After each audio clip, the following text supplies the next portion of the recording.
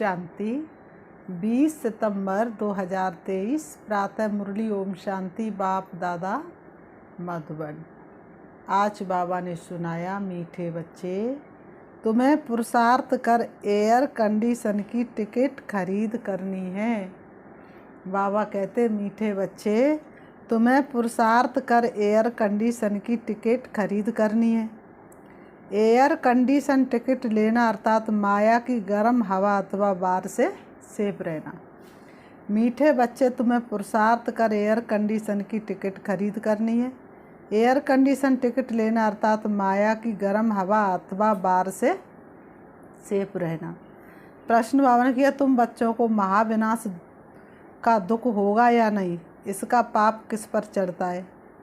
तुम बच्चों को महाविनाश का दुख होगा या नहीं, इसका पाप किस पर चढ़ता है? उत्तर में बाबा ने बताया, तुम्हें इस महाविनाश का दुख हो नहीं सकता, क्योंकि तुम तो फरिश्ता बनते हो।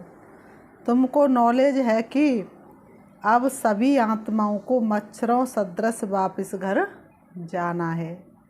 तुम्हें किसी की मौत पर दुख नहीं होता, क्योंकि तुम साक्षी हो, देखते हो।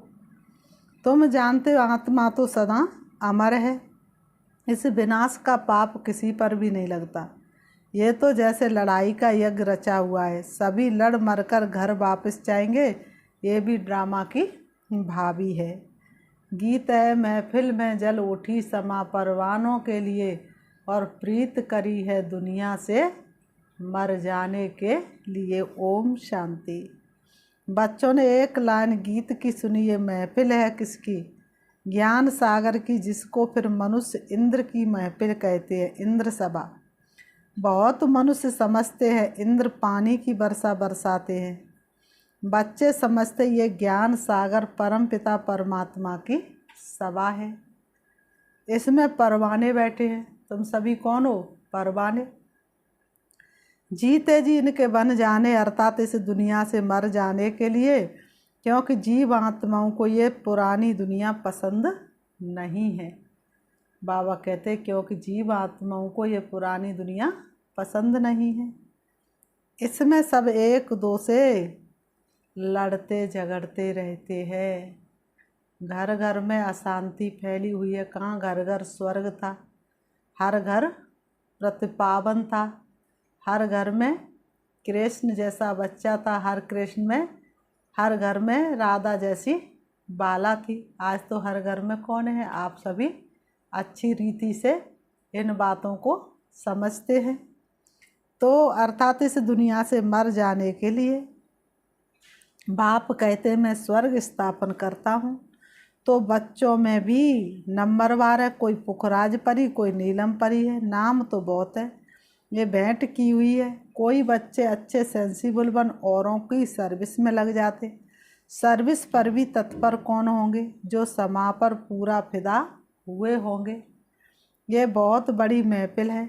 तुम जानते हो बाबा आत्माओं की महफिल में आया हुआ है, परंतु इनको जो अच्छी रीति जानते हुए इनके सम्मुख प्रैक्टिकल में है। इस समय कोर्टों में कोई ही जानते हैं, जो परवाने वही जानेंगे, जो फिदा हो जाते बाबा के बन जाते हैं। ये तो समझाया गया है। ये है जीते जी मरना। सीख कर दुनिया से मरना नाम दिल पर लिख लिया। जब दुनिया से मर जाते हैं तब भगवान के दिल पर नाम लिखा जाता है। नहीं तो फिर दुनिया में जीते हैं तो भगवान से दूर चले जाते, तो दुनिया में तो कोई जीवन ही नहीं। देखो आज संसार का क्या हाल हो गया है, संबंधों का क्या हाल हो गया है। बाबा मैं आपका हूँ। पहले हम आपके पास अशरीरी रहते हैं, फिर यहाँ आकर शरीर लेते हैं। बच्चों को जो भी ज्ञान मिलता है यह और कोई दे नहीं सकता, क्योंकि बाप को नहीं जानते। तुम बच्चों को परम पिता परमात्मा आकर पढ़ाते हैं। गाया हुआ है सभी वेद शास्त्रार्थ गीता के कौन है? पत्ते हैं। बाबा ने कहा गीता क्या है? गीता एक थुर है, और वेद शास्त्रार्थ सब गीता के पत्ते हैं। बाबा ने कहा सब मनुष्य मात्र इस मांडवे में किसके पत्ते हैं? इस देवी देवता धर्म से ही सब निकले हैं। इसलिए तुम झाड़ के चित्र में देखेंगे शुरू में पत्ते नहीं है, पत्ते बाद में ही पैदा होते हैं। तो उन्हों को ऊपर दिखाया हुआ है। फाउंडेशन देवी देवता धर्म का है। फाउंडेशन में किसको दिखाया है? ब्राह्मणों को। ब्राह्मण सो क्या बनते हैं? देवता बनते हैं। तो बाबा ने कहा और किसी को थुर में नहीं दिखाया, और सभी को डाल डालियों में दिखाया है। देवी देवताओं का थुर है। फाउंडेशन देवी देवता धर्म का है। पहले थुर एक होता है, फिर उनसे टाल टालियाँ निकलती हैं, फिर पत्ते। बच्चों की बुद्धि में कि ये विराट मनुष्य सृष्टि के धर्मों का झाड़ है। आजकल की गवर्नमेंट धर्म को नहीं मानती। कहते हम सब आपस में रह सकते, परंतु आपस में ठक ठक कितनी है। लड़ाई आपस में चलती ही रहती है। जैसे कि लड़ाई का यज्ञ रचा हुआ है, कहाँ ना कहाँ लड़ते झगड़ते रहते हैं। ये भी ड्रामा में नूद है। युक्ति ऐसी करते कि आपस में लड़ मरे। आगे इस हिंदुस्तान पाकिस्तान अलग अलग थोड़ी था, सब इकट्ठे ही रहते थे। ये तो बाद में बंटवारा हुआ। गवर्नमेंट भी मजबूत थी। आपस में बाबा ने कहा कोई लड़ नहीं सकते थे, क्योंकि ऊपर में बड़े बड़े नवाब होते थे। जैसे अब सारी दुनिया के लिए UN आदि बड़ी बड़ी कमेटी है, परंतु इन सब के लिए धना दौड़ी तो कोई है नहीं। दो टुकड़े हो गए, दुख वृद्धि को पाता ही जाता। धीरे धीरे आत्मा की शक्ति क्षीण होती जाती है और संसार के अंदर दुख बढ़ता चला जाता। एक दो को मारते ही रहते हैं। ड्रामा में देखो कैसा राज है। एक दो से लड़ेंगे तो बाप पर थोड़ी ही पाप लगेगा। हम साक्षी हो देखते हैं, तुम जानते सब लड़कर ख़त्म ही हो जाने वाले हैं।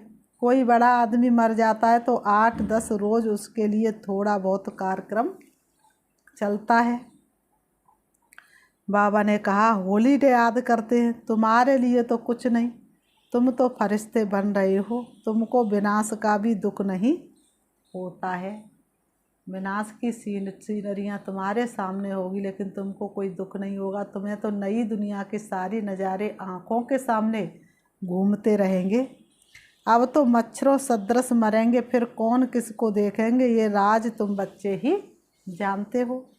नई दुनिया में रहने वाले तो बहुत फर्स्ट क्लास चाहिए, इसलिए अभी तुम ज्ञान रत्नों से अपना संपूर्ण श्रृंगार करते हो। प्यारे बाबा तुम्हारा ये कहना है, पहने रहना गुणों का तुम्हें गहना है।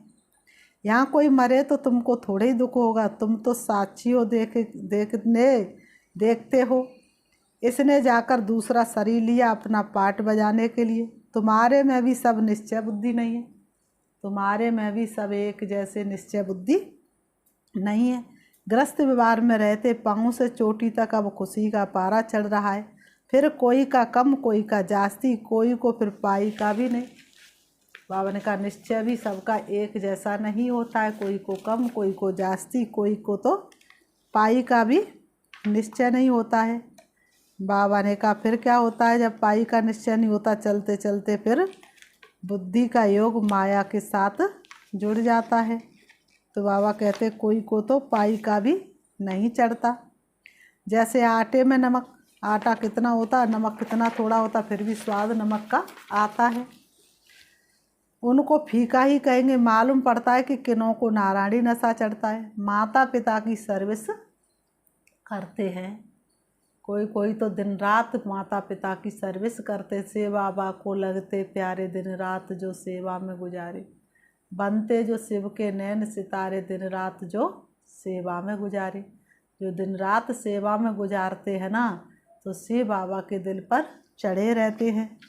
बाबा कहते ऐसे नहीं गृहस्थ व्यवहार में रह सर्विस नहीं कर सकते। बाबा कहते ये तो वह तो और ही जास्ती सर्विस करेंगे, और ही जास्ती माँ बाप का नाम भी वाला करते हैं। गृहस्थ व्यवहार में रहकर कमल फूल समान अचल अडोल बनकर फिर औरों को भी बनाते हैं। तो उन्हों की महिमा जास्ती है। गृहस्थी भी संभालते, बच्चों को भी संभालते, साथ साथ बाबा की सेवा भी करते। तुम तो शुरुआत में निकल पड़े, वह भी ड्रामा भट्टी बननी थी, उसमें से भी कोई कच्ची ईंट निकली, कोई पक्की भी निकली। ICS के इम्तहान में सब थोड़े ही पास होते हैं। बाबा कहते हैं ICS के इम्तहान में सब थोड़ी ना पास होते हैं। क्योंकि गवर्नमेंट को बहुत पगार देना पड़ता है।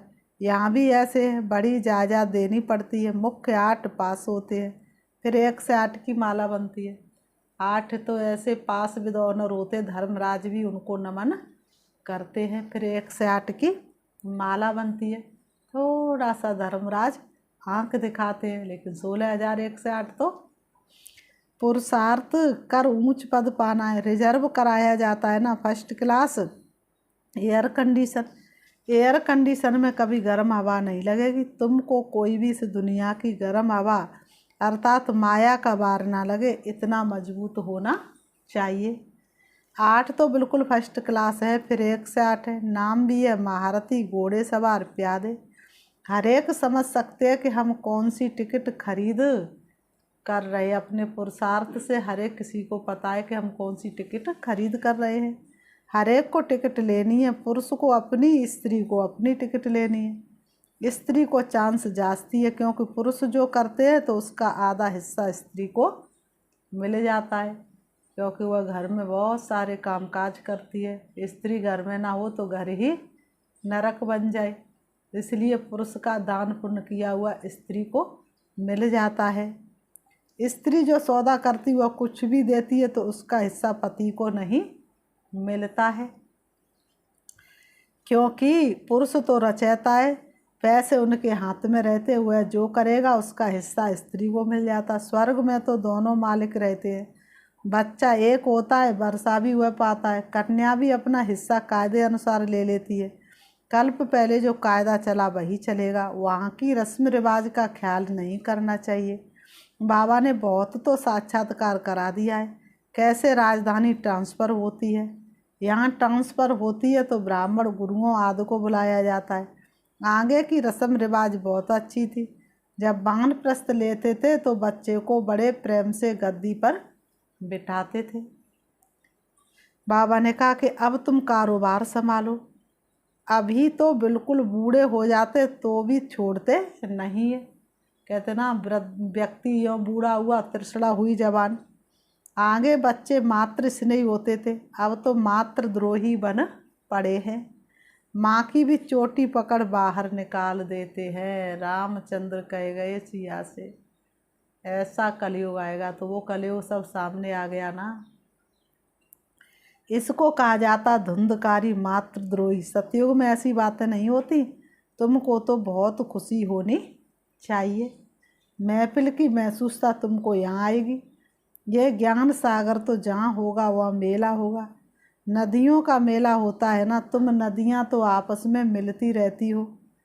ये तो है ज्ञान सागर और नदियों का मेला। ये है जगत अम्बा सरस्वती, उनका भी नाम वाला है।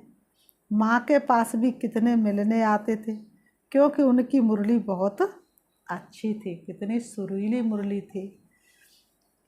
बच्चियाँ भी महसूस करती हैं कि मम्मा की मुरली अच्छी खींचती थी।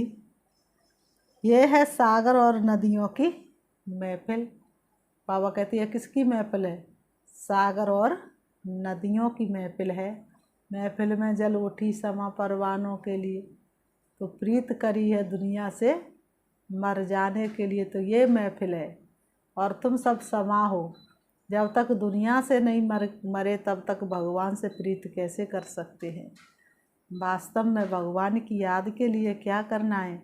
जीते जी स्वयं को कुर्बानी दे देनी है। तो बाबा ने कहा ये है सागर और नदियों की महफिल। बहुत बच्चे आ जाते हैं, पहले सागर फिर नदियाँ, छोटी नदियाँ या बड़े कैनाल आदि आदि होते हैं ना। तुम हर एक समझ सकते हो कि हम छोटी नदी हैं या बड़ी नदी है। अपने आप को अपने आप ही चेक कर सकते हो कि हम छोटी नदी है या बड़ी नदी है। बड़ी बड़ी नदियों को बुलाते हैं कि आकर भाषण करो, तो ज़रूर वह तीखे है। मम्मा को कितना बुलाते थे, से बाबा का मिला हुआ खजाना आकर दो। तुम बच्चियां जाकर ज्ञान रत्नों का दान करती हो। ज्ञान का एक एक बरसंस लाखों रुपए का है। शास्त्रों में कोई ज्ञान के बरसंस नहीं है।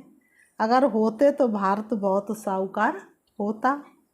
तुमको तो रतन मिलते जिनसे तुम 21 जन्म के लिए साहूकार बनते हो। कर लो कमाई 21 जन्म की, आया है बाबा लुटाने। अभी संगम युग पर तुम सबसे ऊंचो, फिर सतयुग त्रेता में तुम्हारी डिग्री कम हो जाती है। अब तुम ईश्वरी दरबार में बैठे हो। तुम जानते बाबा 21 जन्मों का वर्षा देने वाला है। उन कोई सब याद करते, दूसरे सब दुख देने वाले हैं। दुख देने वाली चीज़ को हमेशा भूला जाता है। हे बाबा हमारे तो आप हो, दूसरा ना कोई। परंतु श्री कृष्ण का नाम सुनाए तो उनको ही याद करते। तुम श्री कृष्ण की राजधानी में थे, बाप इस कंसपुरी को श्री कृष्णपुरी बना देते हैं। आसुरीपुरी से फिर दैवीपुरी बन जाएगी। फिर दिखाया है कि असुरों और देवताओं की लड़ाई लगी, देवताओं की जीत हुई, देवता रहते स्वर्ग में। वास्तव में तुम्हारी लड़ाई है 5 विकारों से। अभी रामायण की बड़ी धुनी लगेगी, क्योंकि दशहरा आता है। गवर्नमेंट भी मनाती है, रामलीला करते, परंतु ये जानते नहीं कि रावण क्या चीज़ है। कई बच्चे कहते निष्ठा में बिठाओ, वास्तव में याद तो चलते फिरते करना है, परंतु जो सारे दिन में याद नहीं करते उनको बिठाया जाता है कि यहाँ बैठने से कुछ ना कुछ याद करे। बहुत है जो सेंटर्स में जब आते हैं तो याद में रहते, घर गए तो खलास। याद करने की प्रैक्टिस नहीं है, बुद्धि और तरफ भटकती रहती। बच्चों को समझाया गया है कि आत्मा स्टार है, जिसको बिंदी भी कहते। स्टार में तो ऐसे कोने होते हैं, बिंदी में नहीं होते। स्टार्स इसलिए कहते हैं क्योंकि भेंट की जाती है, लकी सितारे कहा जाता है। बिंदी रूप आत्मा में ज्ञान की चमक है। कमाल कर गई रे मेरी ज्योति बिंदु आत्मा। तो ज्योति बिंदु आत्मा कितनी छोटी, शरीर कितना बड़ा, लेकिन उसका पाठ कितना अविनाशी है, 84 जन्मों का, जो अपने आप ही जन्म बाई जन्म रिपीट होता रहता। जो रील भरी हुई है, कुछ मेहनत करने की ज़रूरत नहीं, लेकिन हाँ नर से नारायण बनने की ज़रूर मेहनत करनी पड़ती है। आत्मा बिंदी में सारा पाठ है। बाप कहते मुझ बिंदी में ये पाठ है जो मैं भक्ति में बजाता आया हूँ। तुम बच्चों का सबसे जास्ती पाठ है, क्योंकि तुम ऑलराउंडर चक्र लगाते हो।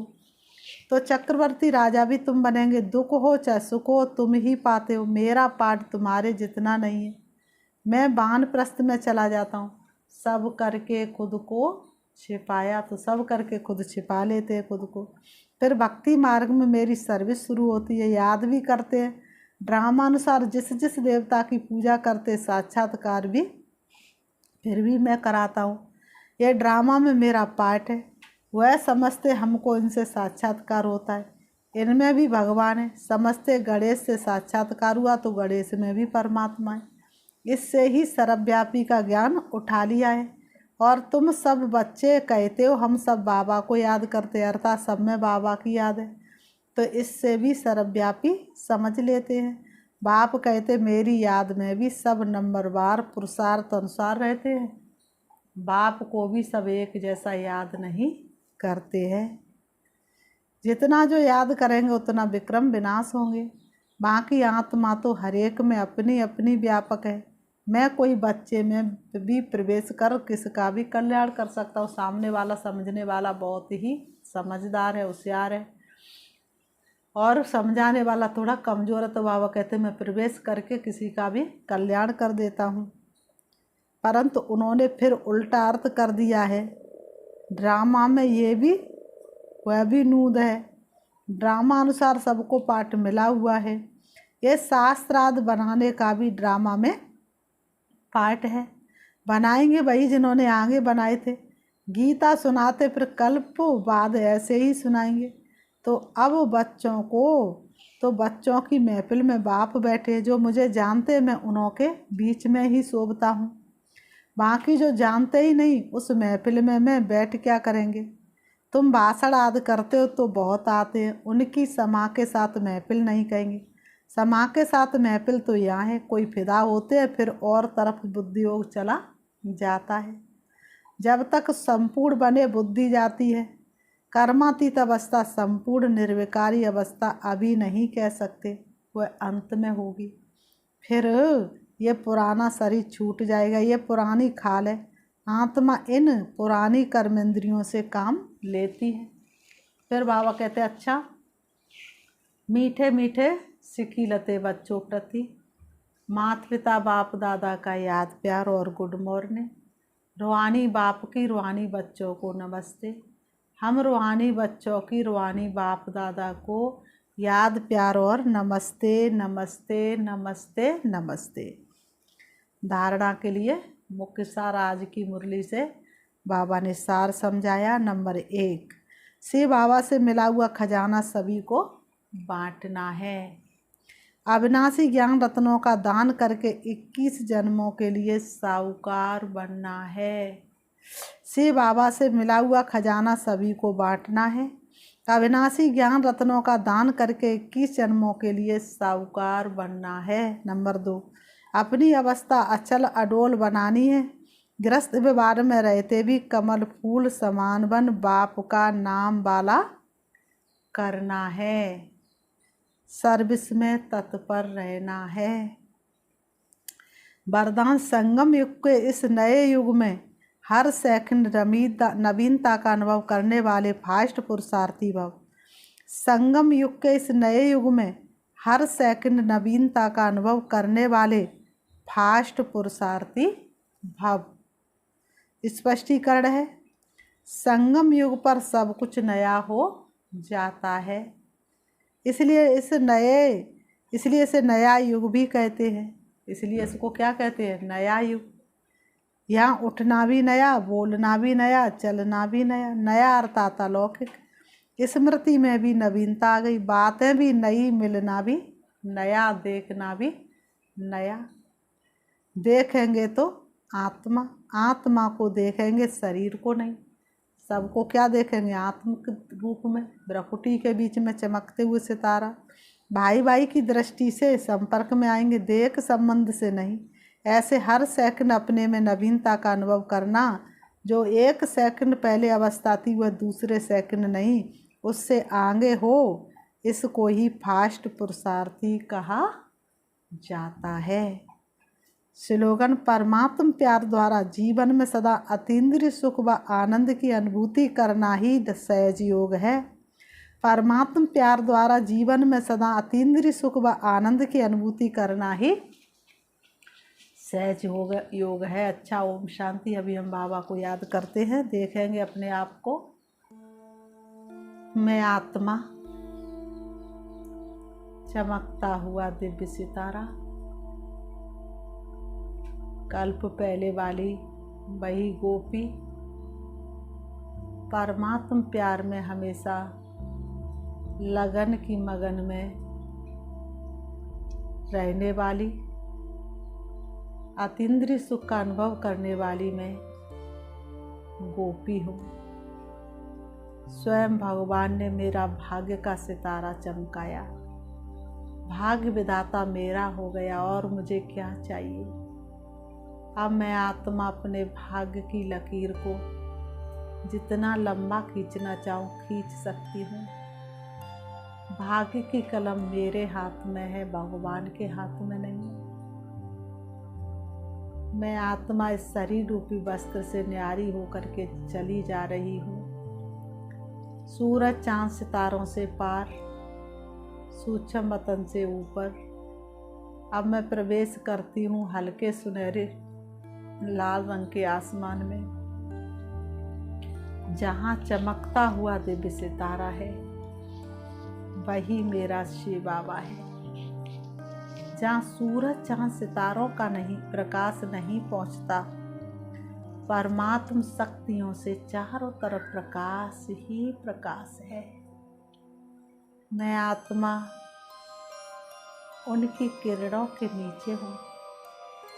शिव बाबा की शक्तिशाली किरणें मुझ में समाती जा रही है और मुझे आत्मा को अतीन्द्रिय सुख और आनंद की अनुभूति हो रही है। मैं अतीन्द्रिय सुख के झूले में झूल रही हूँ। मुझे देह की सुध बुध भूली हुई है। कोई भी देह और देहधारी मुझे अपनी तरफ आकर्षित नहीं कर सकता। मैं संपूर्ण बाबा की याद में समाई हुई हूँ। अहो ये कैसा भाग्य है, सृष्टि का रचयिता स्वयं आदि मध्य अंत का ज्ञान देकर मुझे त्रिकालदर्शी बना रहे हैं।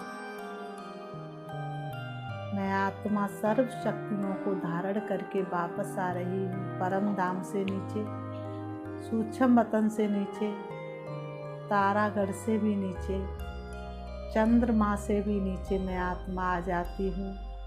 सृष्टि रंगमंच पर आकर के दोनों ब्रह्मों के बीच भ्रकुटी में विराजमान हो जाती हूँ। अब मुझ आत्मा से निकलती हुई शक्तियाँ चारों तरफ फैल रही हैं। कोई भी मेरे सन्मुख आता है, सुख शांति और आनंद का अनुभव करके जाता है। मैं आत्मा पद्मा पदम भाग्यशाली हूँ। ओम शांति, ओम शांति।